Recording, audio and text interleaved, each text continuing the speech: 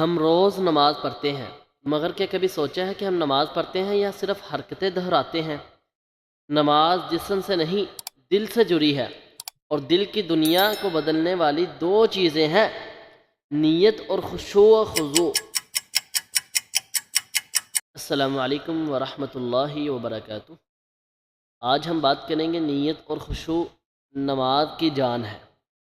کیسے ہے؟ آئیے چلتے ہیں۔ نبی مکرم صلی اللہ علیہ وآلہ وسلم نے فرمایا، صحیح بخاری شریف کی پہلی حدیث ہے، انما الاعمال بالنیات، اعمال کا دار و مدار، بے شک اعمال کا دار و مدار نیتوں پر ہے۔ اگر آپ کی نیت خالص ہے، اور نیت کس کو کہتے ہیں؟ دل کے ارادے کا نام۔ اگر آپ کا دل کا ارادہ خالص ہے، اللہ کے لیے نماز ادا کر رہے ہیں، تو پھر آپ کو اس کا اجر و ثواب ملے گا۔ چاہے آپ جتنا مرضی لمبا سجدہ کرتے ہیں، جتنا مرضی لمبا قیام کرتے ہیں، جتنا مرضی لمبا رکوع کرتے ہیں، آپ کو اس کا اجر و ثواب ملے گا۔ مگر آپ کی نیت میں ریاکاری آ گئی ہے، لوگوں کا دکھلاوا آ گیا ہے کہ مجھے فلاں شخص دیکھ رہا ہے، میں اچھی نماز پڑھوں، میری امی دیکھ رہی ہے اچھی نماز پڑھوں، میرا استاد دیکھ رہا ہے اچھی نماز پڑھوں، لہذا وہ آپ کی نماز باطل ہے، زائل ہے، عمل وہ آپ کو اس کا ثواب ہی نہیں ملے گا، کیونکہ ریاکاری شرک اصغر ہے، اور اس سے جو وہ گناہ تباہ ہو جاتا ہے جو اس گناہ میں یہ ریاکاری پائی جائے۔ لہذا سب سے پہلے کوئی بھی عمل کر رہے ہیں تو آپ کی جو نیت ہے وہ خالص ہونی چاہیے۔ امام ابن تیمیہ رحمہ اللہ فرماتے ہیں، اگر کوئی پوری زندگی تلاش کرے کہ رسول اللہ صلی اللہ علیہ وسلم یا صحابہ کرام نے زبان سے نیت کی ہو، تو وہ کبھی کامیاب نہیں ہو سکے گا۔ کیوں؟ کیونکہ ایسا کبھی ہوا ہی نہیں۔ جو زبان سے نیت کرتے ہیں کہ منہ قبلہ رخ اور فلاں امام کے پیچھے فلاں نماز، یہ کوئی نیت نہیں ہے میرے بھائیوں۔ نیت دل کے ارادے کا نام ہے۔ آپ کو وہ جو چیز گھر سے اٹھا کر مسجد لے آئی ہے، وضو کروا کر سردی کے اندر گرمی کے اندر نہ چاہتے ہوئے بھی مسجد تک لے آئی، وہی آپ کی نیت ہے۔ اس کے علاوہ کیا نیت؟ منہ سے ادا کرنا تو وہ تو نیت ہے ہی نہیں۔ نیت اصل ہے دل کے ارادے کا نام۔ جو آپ نے دل میں ارادہ کر لیا وہ آپ کی نیت ہے۔ لہذا نیت دل میں ہونی چاہیے کہ میں کون سی نماز ادا کر رہا ہوں، ٹھیک ہے؟ باقی اللہ تعالیٰ نیتوں کو بہتر جاننے والا ہے۔ ہر عبادت، جو بھی آپ عبادت کر رہے ہیں، روزہ ہے، نماز ہے، حج، زکوٰۃ، صدقہ، اس کے تعلق نیت کے ساتھ ہے، دل کی نیت کے ساتھ ہے۔ اچھا، نماز کے لیے نیت کرتے ہیں منہ سے بول کر، روزہ کے لیے کیوں نہیں نیت کرتے منہ سے بول کر؟ صدقہ دینے کے لیے کیوں نہیں منہ سے بول کے نیت کرتے؟ زکوٰۃ ادا کرنے کے لیے کیوں نہیں منہ سے بول کے نیت کرتے؟ حج کرنے کے لیے کیوں نہیں منہ سے بول کے نیت کرتے؟ بھائی نیت تو دل کے ارادے کا نام ہے۔ یہ تو لوگوں نے من گھڑت روایات بنائی ہوئی ہے، منہ کی باتیں ان کی، جو کہتے ہیں منہ سے نیت ادا کریں۔ کوئی اس طرح کی بات قرآن و حدیث میں نہیں۔ دوسری بات آتی ہے خشوع و خضوع۔ ایسے دیکھیں میرے بھائیوں، خشوع اور خضوع نماز کی روح ہے۔ جس نماز میں خشوع نہیں، وہ ایسا ہے کہ جیسے روح کے بغیر جسم ہے۔ اس نماز میں سکون ہی نہیں ہے، لذت ہی نہیں ہے۔ اللہ تعالیٰ فرماتے ہیں، قد افلح المؤمنون الذین هم فی صلاتہم خاشعون۔ کامیاب ہو گئے وہ ایمان والے، وہ بلیور جو اپنی نمازوں میں عاجزی اختیار کرتے ہیں، جو اپنی نمازوں کو خشوع و خضوع کے ساتھ پڑھتے ہیں، جن کی نیت صرف اللہ کی رضا مطلوب ہوتی ہے، جن کی نیت لوگوں کو دکھلاوا نہیں ہوتا، صرف اللہ کی رضا مطلوب ہوتی ہے۔ عبادہ بن صامت رضی اللہ تعالیٰ عنہ فرماتے ہیں، علم میں سب سے پہلی چیز جو لوگوں سے اٹھا لی جائے گی وہ ہے خشوع۔ ترمذی میں صحیح قول یہ موجود ہے کہ وہ خشوع ہے جو سب سے پہلے لوگوں میں سے اٹھا لیا جائے گا۔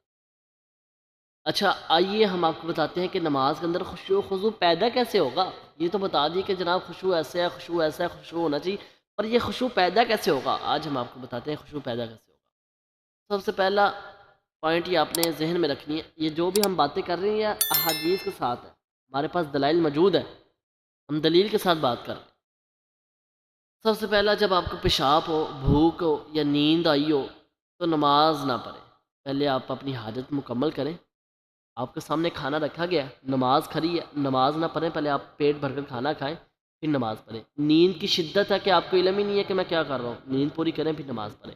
پیشاب اتنا ہے کہ آپ کا دھیان پیشاب میں ہی جائی جا رہا ہے کہ آپ کو علم ہی نہیں میں کیا کر رہا ہوں، پہلے پیشاب کریں پھر جا کے نماز ادا کریں۔ یہ مسلم میں یہ حدیث موجود ہے اس کے مطابق۔ دوسری بات، جماعی ہے تو روکنے کی کوشش کریں، حتی الامکان روکنے کی کوشش کریں۔ نہیں رکتی، منہ کے آگے ہاتھ رکھیں کہ جماعی شیطان کی طرف سے ہوتی ہے، یہ بھی صحیح مسلم میں حدیث موجود ہے۔ تیسرا، ایسی جگہ یا لباس میں نماز نہ پڑھو جو توجہ بنائے، ان کی ایسی جگہ ہو اس کی اتنی اٹریکٹیو جگہ ہو کہ آپ کی ساری جو اٹریکٹ ہے، آپ کا اٹریکٹ وہ سارا اس کی جگہ کی طرف چلے جائے، یا ایسا لباس آپ نے پہنا ہو کہ آپ کا سارا اٹریکٹ اس لباس کی طرف چلے جائے. ایسا تو نہیں اللہ کے نبی نے منع فرمایا کہ اس لباس میں نماز نہیں ہوتی جس لباس میں جانور کی کوئی تصویر بنی ہو، کہ وہ آپ کا سارا دھیان اس کی طرف چلی جائے گا، اس سے فرشتے آئیں گے نہیں، رحمت کے فرشتے نازل ہی نہیں ہوں گے، کیا فائدہ ہے ایسی نماز پڑھنے کا. یہ بھی صحیح مسلم میں حدیث موجود ہے، سوری یہ صحیح بخاری میں حدیث موجود ہے لباس والی. آگے، باتیں کرنے والوں کے قریب نماز نہ پڑھے.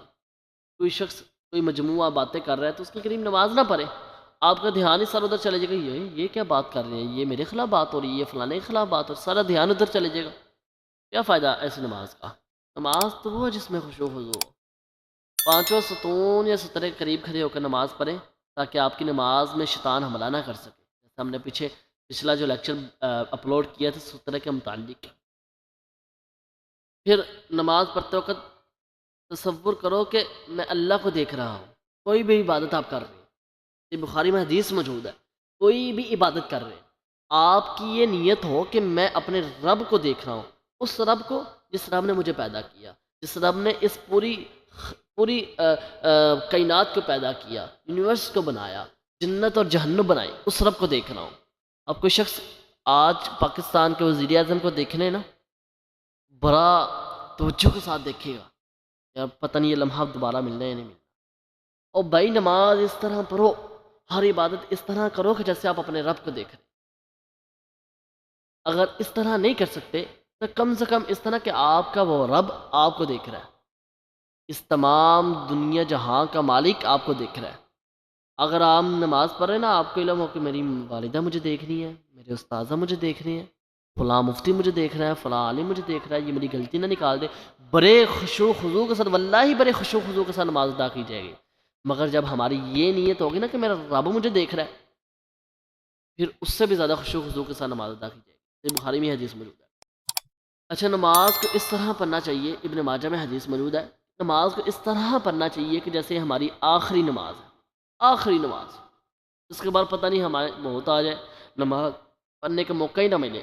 اس لیے اس طرح نماز پڑھیں کہ یہ ہماری آخری نماز ہے. آٹھواں یہ ہے کہ نماز کا ترجمہ سمجھو تاکہ دل حاضر ہو. آپ پڑھ رہے ہیں الحمد للہ رب العالمین الرحمن الرحیم مالک یوم الدین، آپ کو پتا ہو کہ میں کیا کہہ رہا ہوں، الحمد للہ رب العالمین، تمام تعریفیں اللہ کے لیے ہے جو تمام جہانوں کا مالک ہے، رب ہے، پالنے والا ہے. الرحمن الرحیم، نہایت مہربان، نہایت رحم کرنے والا ہے. جب آپ کو نماز کا ترجمہ آپ کے ذہن میں ہوگا تو پھر آپ میں خشوع و خضوع آئے گا، آپ کو پتہ ہوگا میں اپنے رب سے کیا بات کر رہا ہوں. اگر نماز کا ترجمہ ہی نہیں ذہن میں ہونا، جیسے مرضی یا عالم تعالم کری جائے.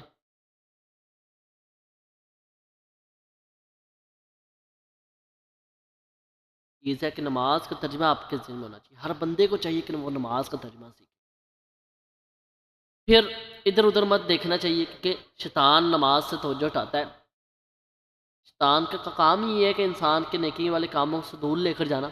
آپ کا نماز میں دھیان ہونا چاہیے سجدے والی جگہ پر، صرف چاہے آپ قیام میں ہیں، رکوع میں ہیں، تشہد میں آپ کا دھیان سجدے والی جگہ پر ہونا چاہیے. ہاں ہاں، جب آپ تشہد میں بیٹھے ہوئے ہیں تب آپ اپنی تشہد والی جو انگلی ہے، شہادت والی انگلی جس سے آپ نے اشارہ کر رہے ہیں، اس کی طرف آپ توجہ کر سکتے ہیں، ادروائز نہیں اور کسی جگہ پر دیکھ سکتے. یہ بات یاد رکھیں. پھر اگر آپ کو نماز میں وسوسے آئیں، بہت سے لوگوں کا یہ مسئلہ ہوتا ہے کہ نماز میں وسوسے بہت آتے ہیں. نماز پڑھ رہے ہیں مگر خیال آ رہا ہے کہ یار میری فلاں چیز کہاں پر پڑھی ہے، نماز پڑھ رہے ہیں خیال آ رہا ہے یار میں نے ایسا نہ کیا تو ایسا ہو جائے گا، ایسا نہ کیا تو ایسا ہو جائے گا. نماز پڑھ رہے ہیں خیال آ رہا ہے یار اوہو وہ کام تو غلط ہو گیا. نماز پڑھ رہے ہیں خیال آ رہا ہے ہوئے یہ کام کرنا چاہیے تھا. اس سارے شیطان کے وسوسے ہیں. اس کا حل کیا ہے؟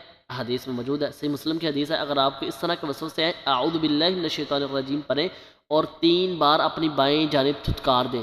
کیسے تھتکارنا ہے؟ یعنی کہ تھوک پھینکنی نا، ہلکے سے جو قطرات ہیں، جو کہنے کے ہلکے ہلکے قطرات ہیں وہ آپ کے منہ سے نکلنا چاہیے اور بائیں جانب تھتکارنا چاہیے. اس سے شیطان دور بھاگ جائے گا. آئیں آج سے ہم اپنی نماز میں جان ڈالیں، نماز میں روح پھونکیں.